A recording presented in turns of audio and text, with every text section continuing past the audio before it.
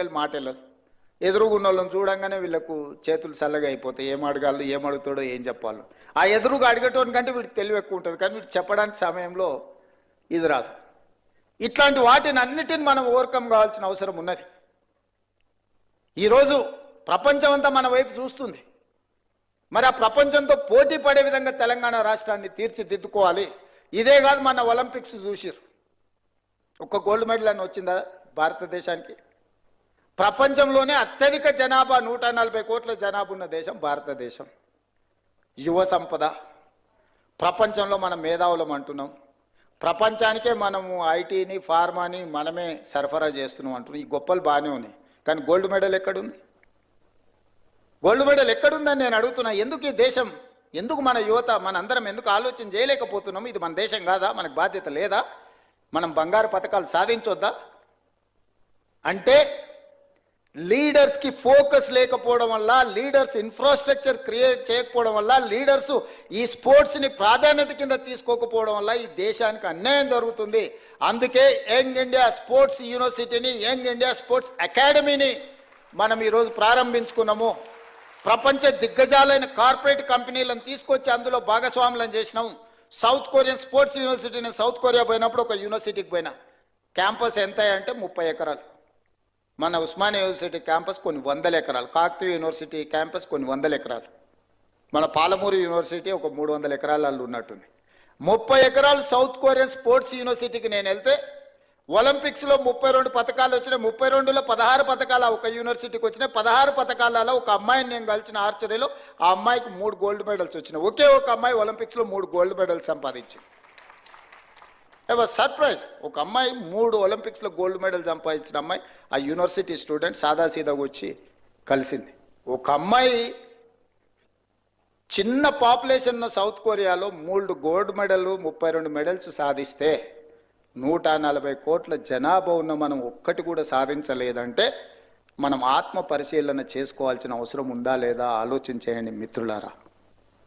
అందుకే ఈరోజు చదువుతో పాటు క్రీడలకు కూడా ప్రాధాన్యత ఇవ్వాలని క్రికెట్లో వరల్డ్ కప్ సాధించిన సిరాజుద్దీన్ మన హైదరాబాద్ యువ క్రికెటర్ని, అతను చదువుకున్నది ఇంటర్మీడియటే. అతనికి ఉద్యోగాలు ఇవ్వాలంటే నిబంధన అడ్డం వచ్చింది.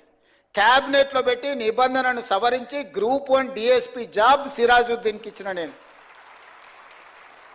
నిఖత్ జరీన్ బాక్సింగ్లో నిజామాబాద్ ఒక అత్యంత purest of the poor minority family girl బాక్సింగ్లో రాణిస్తే ఆ అమ్మాయిని నిఖత్ జరీన్ 2 కోట్ల రూపాయల నగదు ఇవ్వడమే కాకుండా గ్రూప్ 1 జాబ్ డిఎస్పీ జాబ్ ఆ అమ్మాయికి ఇచ్చిన. దీప్తి అని పారా ఒలింపిక్స్లో కాంస్య పథకం సాధించింది వరంగల్ అమ్మాయి. ఆ అమ్మాయికి గ్రూప్ 2 జాబ్ ఇవ్వడమే కాకుండా వరంగల్ ఇల్లు ప్లాట్ ఇవ్వడమే కాకుండా 25 లక్షల రూపాయల క్యాష్ రివార్డు కూడా ఇచ్చిన. ఇవన్నీ కూడా నేను ఎందుకు మీతో పంచుకుంటున్నా అంటే చదువుతో పాటు క్రీడలలో రాణించాలి.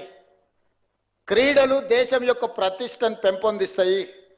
మొన్న నేను ప్రధానమంత్రి గారిని కలిసినప్పుడు 2036లో ఒలింపిక్స్ క్రీడల్ని ఈ దేశంలో నిర్వహించాలని మనోళ్ళు బిడ్డింగ్ చేస్తున్నారు. ఈ దేశంలో అత్యధికంగా క్రీడలకు సంబంధించిన వసతులు తెలంగాణ రాష్ట్రంలో హైదరాబాద్లో ఉన్నాయి. 20 ఏళ్ల కింద మనము నేషనల్ మిలిటరీ గేమ్స్ కండక్ట్ చేసినాం, ఏషియన్ గేమ్స్ కండక్ట్ చేసినాం. గొప్ప గొప్ప క్రీడల్ని మన హైదరాబాద్ నగరంలో మనం నిర్వహించినాం. కానీ 20 ఏళ్ళు అవి పెళ్లిళ్లకు, పేరంటాలకు, ఫంక్షన్ హాల్స్గా మారిపోయినాయి. నిజంగా బాధతోని కూడుకున్న విషయం. అందుకే నేను వస్తానే సింగిల్ ఆర్డర్ ఇచ్చిన, స్పోర్ట్స్కు తప్ప, గేమ్స్కు తప్ప అవి ఎవరికి ఇవ్వద్దు. ఎవడున్నా ముఖ్యమంత్రి ఇంట్లో శుభకార్యం ఉన్నా అవి మాత్రం ఇవ్వడానికి వీల్లేదని ఒక ఆర్డర్ ఇచ్చి వాటిని అన్నిటిని రివైవ్ చేసి, రిపేర్స్ చేసి, ట్రై నేషనల్ ఫుట్బాల్ ఛాంపియన్షిప్ నుంచి రెగ్యులర్గా క్రీడల్ని అక్కడ నిర్వహించే కార్యక్రమాన్ని ఇచ్చిన. ఇవాళ అవన్నిటిని కూడా స్పోర్ట్స్ యూనివర్సిటీకి మనం ఈరోజు డెడికేట్ చేస్తున్నాం. రేపు భవిష్యత్తులో మీరందరూ, ఎందుకంటే మీ స్కూల్లో, మీ కాలేజీలో, మీ ప్రాంతంలో మట్టిలో మాణిక్యాలను వెలికి తీసి క్రీడాకారులను తయారు చేసే బాధ్యత మీ అందరి మీద ఉన్నది మిత్రులారా. మీరందరూ దృష్టిలో పెట్టుకోండి. చదువుకోవడం, ఉద్యోగం సాధించడమే కాదు, దేశ గౌరవ ప్రతిష్ట పెరగాలి అంటే కూడా ఇతర రంగాలలో మనం రాణించాలంటే మీరు గుర్తించాలి. విద్యార్థులలో ఉన్న నైపుణ్యాన్ని మీరే గుర్తించగలరు. తల్లిదండ్రుల కంటే ఎక్కువగా మీరు వాళ్ళతో మీతోనే ఎక్కువ సమయం ఉంటారు, మీరే గుర్తించగలుగుతారు. మీరందరూ ఆ దిశగా ఆలోచన చేయండి. ఆ దిశగా మనందరం ప్రయాణం చేద్దాం, మనందరం కలిసి పనిచేద్దాం. కొన్ని సమస్యలు ఉన్నాయి, ఉండొచ్చు, కానీ సమస్యల మీద చర్చించుకుంటూ సమస్యలు పరిష్కారం కాలేదు కాబట్టి ప్రభుత్వానికి సహకరించమని ప్రభుత్వ ఉద్యోగులు ఎవరన్నా అనుకుంటే ఇంకా మన పరిస్థితులు దిగజారిపోయి నెల నెలా జీతభత్యాలు ఇచ్చుకోలేని పరిస్థితికి పడిపోతాము.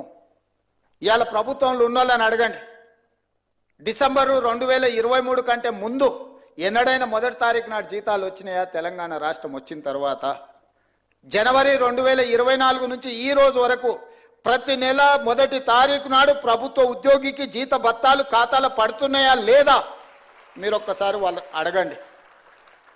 ఏ ప్రభుత్వం కోసం, ఏ ప్రజల కోసం మీరు నిరంతరం కష్టపడుతున్నారో మొదటి తారీఖు నాడు మీకు జీత భత్యాలు ఇవ్వలేదంటే మీ యజమాని మీదనో మీ ప్రభుత్వం మీదనో మీకు ఎందుకు విశ్వాసం ఉంటుంది, ఎందుకు నమ్మకంగా పనిచేస్తారు? అందుకే ఈరోజు ప్రతి నెల మొదటి తారీఖు నాడు నా ప్రభుత్వ ఉద్యోగులకు జీత భత్యాలు ఇచ్చే ప్రయత్నం నేను చేస్తున్నా. ఇప్పటి వరకు ఒక్క రోజు కూడా తప్పకుండా ఈ నెల చాలా ఇబ్బంది వస్తే రిజర్వ్ బ్యాంకులో ప్రత్యేకంగా తలకాయ తాకట్టు పెట్టి 4,000 కోట్ల రూపాయలు తీసుకొచ్చి మొదటి తారీఖు నాడు ప్రభుత్వ ఉద్యోగస్తులకు జీత భత్యాలు ఇచ్చిన. సరే, కరువు భత్యము, డిఏలు, కొన్ని విషయాలు మీరు అంటున్నారు. నేను ఒకటే మా ప్రభుత్వ ఉద్యోగ మిత్రులకు విజ్ఞప్తి చేస్తున్నాను, ఈ ప్రభుత్వం మీది, నేను కస్టోడియన్ మాత్రమే. నేను మీ అందరి తరఫున సమన్వయం చేసేవాడిని. నాకంటూ ప్రత్యేకంగా కిరీటం ఏం లేదు. నాకేదో పెద్ద స్ట్రేచర్ ఉందని కొంతమంది మా స్ట్రేచర్ పెద్దదని. ఇంతమంది మా ఎమ్మెల్యేలు చెప్పేసిన స్ట్రేచర్ నేను స్ట్రెచర్ మీద కొండి, స్ట్రెచర్ మీద నుంచి మార్చరికి పోతాడు రేపు పొద్దుగాల. స్ట్రేచర్ అనేది పొజిషన్కు ఉంటుంది, ఇండివిజువల్కి ఉండదు. ఇండివిజువల్ పర్సన్స్కో ఇండివిజువల్ కాస్ట్కో స్ట్రేచర్ ఉండదు.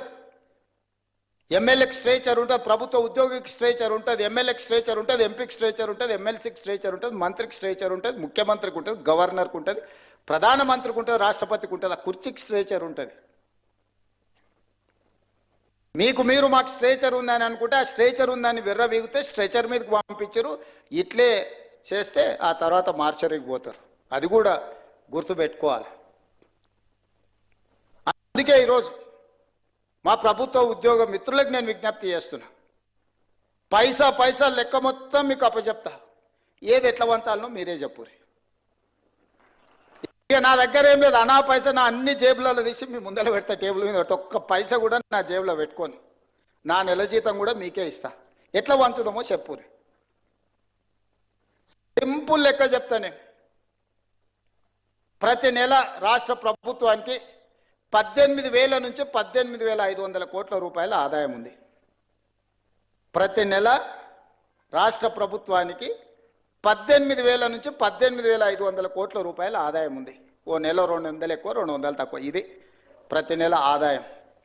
6,500 కోట్ల రూపాయలు ప్రభుత్వ ఉద్యోగస్తుల జీతభత్యాలు, పెన్షన్లు, అవుట్ సోర్సింగ్, కాంట్రాక్ట్ ఏదన్నా అనుకోండి, మీకు ప్రతి నెల జీతభత్యాలు ఇవ్వడానికి 6,500 కోట్లు పోతున్నాయి. ఇంకొక 6,500 కోట్లు అయ్యగారు చేసిన అప్పులకు తప్పులకు ప్రతి నెల 10 తారీఖు లోపల కట్టాల్సి వస్తుంది. 7 లక్షల కోట్ల అప్పులు చేసిండు, కాళేశ్వరం లాంటి తప్పులు చేసిండు. ఈ రెండింటి కలిపి, అప్పులకు తప్పులకు కలిపి, ఇష్టం ఉన్నా లేకపోయినా, నాకు నచ్చినా నచ్చకపోయినా ఆయన నాకు ఇచ్చిన నజరానా ఏందయ్యా అంటే ప్రతి నెల 6,500 కోట్ల రూపాయలు నేను అప్పులోకి కట్టాల్సిందే. నేను ఒక పూట ఉపాసం పండినా బ్యాంకులో, రిజర్వ్ బ్యాంకులో పడంగానే వాళ్ళే గుంజుకుంటారు, నన్ను అడగను కూడా అడగరు. ఇది ఒక డబ్బా నా ఆదాయం.